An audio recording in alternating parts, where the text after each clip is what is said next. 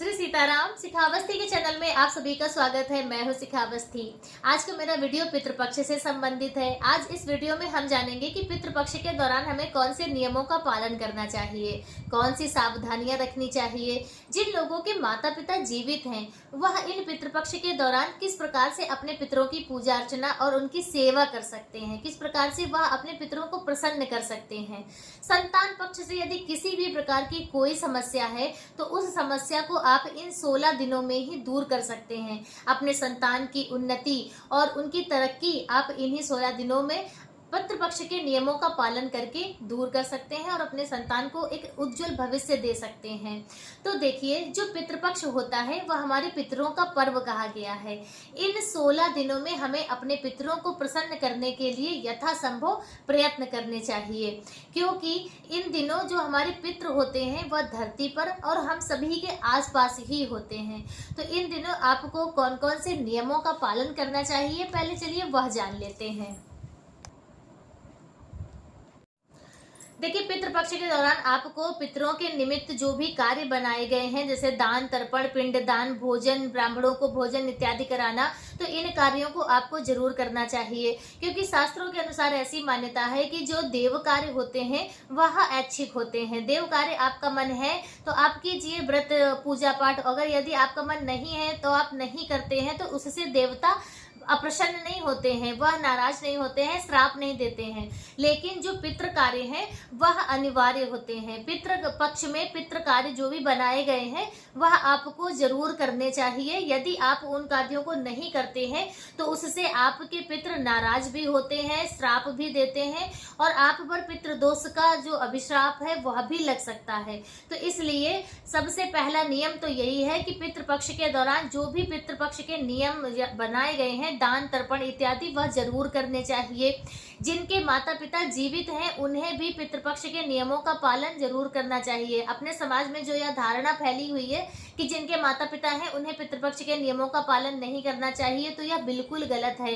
अपने शास्त्रों में ऐसा कहीं भी नहीं लिखा है। हमारे पूज्य गुरुदेव भगवान जी का भी ऐसा ही कहना है कि पितृपक्ष के नियमों का पालन सभी को करना चाहिए। आपके माता पिता जीवित हो या नहीं है, आप नियम जो है वह सभी के लिए एक समान ही मान्य है। तो इसलिए सभी को पितृपक्ष के नियमों का पालन करना चाहिए। और जैसे दूसरा नियम यह है कि पितृपक्ष के दौरान आपको पूर्ण ब्रह्मचर्य का पालन करना चाहिए। संयमित जीवन इन 16 दिनों में जीना चाहिए। बिल्कुल भी बाहर का या लहसुन प्याज का भोजन आपको इन दिनों नहीं करना चाहिए। नशा इत्यादि बिल्कुल भी नहीं करनी चाहिए। जो लोग श्राद्ध और तर्पण इत्यादि करते हैं तो उन्हें तो इन 16 दिनों में बहुत ही ज्यादा शुद्धता के साथ में रहना चाहिए। बाल और नाखून इत्यादि जैसे कटवाने के यह कार्य हैं, यह भी आप इन 16 दिनों में आपको नहीं करना चाहिए। और इसके साथ ही देखिए, पितृपक्ष के दौरान आपको भगवान के नाम का खूब ज्यादा से ज्यादा जाप करना चाहिए। जो पितृदेव होते हैं वो भगवान के नाम जाप से बहुत ज्यादा प्रसन्न होते हैं। तो इन दिनों में आप अपने जो भी आपके इष्ट हो, भगवान राम, जैसे आप श्री राम जय जय राम का आप खूब जाप कर सकते हैं। आप राधा राधा का जाप कर सकते हैं। जो भी आपके इष्ट हो तो उसका उन भगवान का खूब नाम जाप कीजिए और वह नाम जाप का जो पुण्य फल है वह अपने पितरों को आप दान कर दीजिए। इससे आपके पितृ बहुत ज्यादा प्रसन्न होते हैं। जो भी पितृ कार्य है, तर्पण है, पिंडदान है, तो उनमें आप खूब भरपूर मात्रा में तुलसी पत्र का प्रयोग कीजिए। तुलसी पत्र से जो पितृ होते हैं वह तृप्त भी होते हैं, संतुष्ट भी होते हैं और प्रसन्न भी होते हैं। तो इसलिए तुलसी पत्र का खूब ज्यादा से ज्यादा आपको प्रयोग करना चाहिए। और इसके साथ ही पितृपक्ष के दौरान आप अपनी रसोई में जो महिलाएं हैं तो वह सुबह और शाम की दोनों रसोई जब भी बनाए तो बिल्कुल स्वच्छता के साथ में बनाएं। इन दिनों में आपको शुद्धता का बहुत ज्यादा विशेष ध्यान रखना है।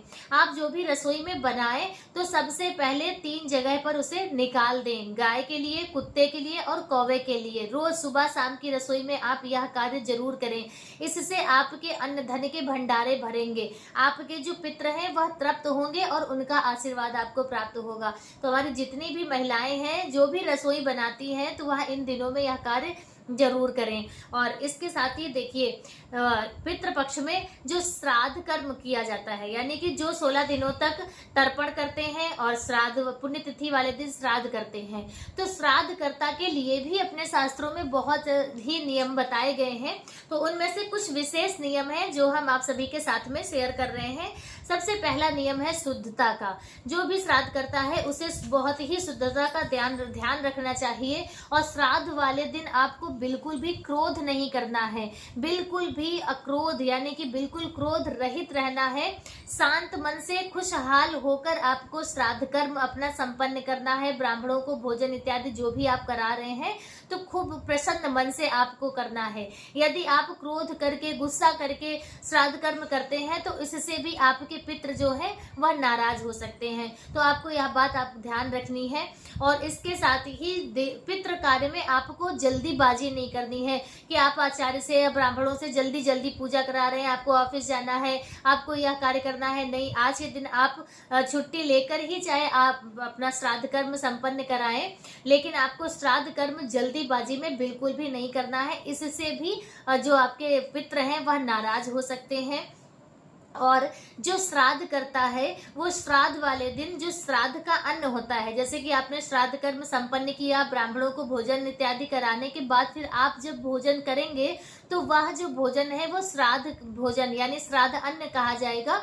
और श्राद्ध कर्ता को श्राद्ध वाले दिन एक ही बार भोजन करना चाहिए। इसके बाद यदि आपको भोजन की जरूरत लगे, यानी आपको भूख लगे, तो आप फलाहार कर सकते हैं। आप फलों का प्रयोग कर लीजिए, दूध दही का सेवन कर लीजिए, लेकिन आपको भोजन श्राद्धकर्ता को श्राद्ध वाले दिन एक बार ही करना चाहिए। यदि आप 2 बार भोजन करते हैं तो हमारे शास्त्र कहते हैं कि श्राद्धकर्ता को कौवे की योनि प्राप्ति होती है। तो इसलिए आज इस दिन आप या विशेष बात आपको जरूर ध्यान रखनी है। और एक विशेष और खास बात यह है कि जो भी आप श्राद्ध कर्म या जो भी पितृ कार्य आप इन 16 दिनों के दौरान करेंगे तो कोई भी कार्य आपको पैसे उधार लेकर नहीं करना है। आपके पास 10 रुपए, 100 रुपए, 1000 रुपए जो भी हो, आपको अपनी स्वयं की कमाई के पैसों से ही पितृ कार्य करने हैं। क्योंकि शास्त्र कहता है कि यदि आप ऋण लेकर पितृ कार्य करते हैं तो इससे आपके पितृ नाराज हो जाते हैं और उन्हें संतुष्टि नहीं प्राप्त होती है। तो यह बात आप ध्यान रखें। देखिए, शास्त्रों में कहा गया है कि यदि बहुत ही निर्धन व्यक्ति है, उसके पास कुछ भी नहीं है, अपने पितरों के निमित्त कुछ भी दान तर्पण इत्यादि करने के लिए कोई वस्तु नहीं है, तो वह दक्षिण दिशा की तरफ मुख करके खड़ा हो जाए, दोनों हाथों को अपने ऊपर कर ले और अपने पितरों को ध्यान करते हुए, रोते हुए प्रार्थना करे कि उसके पास कुछ भी नहीं है और वह अपना दान तर्पण कुछ भी आपके निमित्त नहीं कर सकता है। इस तरह से वह प्रार्थना करे और उसी जगह पर जो भी घास लगी हो, हरा चारा हो, जो भी हो, आप कहते हैं कि 2 मुट्ठी घास अगर वो अपने हाथों से तोड़कर और गाय को खिला दे तो उसके जो भी पितृ हैं वह पूर्ण रूप से संतुष्ट हो जाएंगे। लेकिन आपको कोई भी पितृ कार्य ऋण लेकर नहीं करना है। इस बात का आप विशेष ध्यान रखें कि किसी से पैसा लेकर आप खूब अच्छे से अपना पितृ कार्य संपन्न कर रहे हैं तो इससे वह पितृ आपके प्रसन्न नहीं होंगे, उल्टा नाराज हो जाएंगे। तो इन बातों को आपको विशेष ध्यान रखना है। और जो पितृ पक्ष है यह सभी के लिए एक पितृ अवसर है, एक आपके लिए शुभ अवसर प्राप्त है पितृ दोष मुक्ति के लिए। तो सभी को पितृपक्ष के नियमों का पालन करना है। 7 सितंबर 2025 दिन रविवार से पितृपक्ष प्रारंभ हो रहे हैं और सभी पितृपक्ष के जो नियमों का पालन आपको इसी दिन से करना है और अमावस्या तिथि तक इन नियमों का पालन करना है। तो पितृपक्ष से संबंधित आज का वीडियो मेरा बस इतना ही। वीडियो कैसा लगा कमेंट करके जरूर बताएं। मिलते हैं दूसरे वीडियो में किसी दूसरी जानकारी के साथ, तब तक के लिए श्री सीताराम।